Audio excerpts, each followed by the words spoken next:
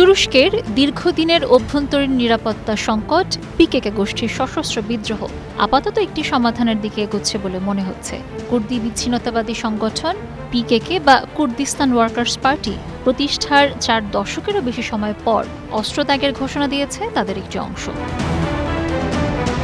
আবদুল্লাহ ওজালানের হাতে ১৯৭৮ সালে প্রতিষ্ঠার পর ১৯৮৪ সাল থেকে তুরস্কের বিরুদ্ধে সশস্ত্র বিদ্রোহ শুরু করে পিকেকে। তাদের দাবি কুর্দি জনগণের ভাষা, সংস্কৃতি ও রাজনৈতিক স্বীকৃতি। প্রথম দিকে একটি স্বাধীন কুর্দিস্তান চাইলেও পরে তারা সে দাবি থেকে সরে এসে স্বায়ত্তশাসন ও সাংস্কৃতিক অধিকার দাবি করে। তবে তুরস্কের সেনা অভিযান ও ড্রোন হামলায় পিকেকের নেতৃত্ব ঘাঁটি চরমভাবে ক্ষতিগ্রস্ত হয়। চলতি বছরে ২০০ জনের বেশি যোদ্ধা নিহত হয় সেনা অভিযানে। ফলে সংগঠনের ভেতরেই ভাঙন শুরু হয়। সংগঠনটির কর্মীরা মনে করেন পিকেকে এখন আর আগের মতো সংগঠিত নয়। চাপ, অভ্যন্তরীণ মতভেদ এবং জনসমর্থনের অভাবে তারা অস্ত্র নামাতে বাধ্য হয়েছে।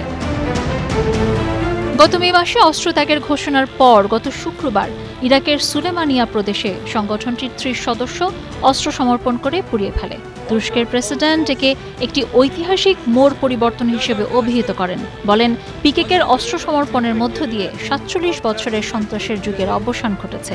এটি কেবল তুরস্কের নয়, বরং তুর্কি, কুর্দি, আরব সহ প্রায় ৮.৫ কোটি মানুষের সম্মিলিত বিজয়।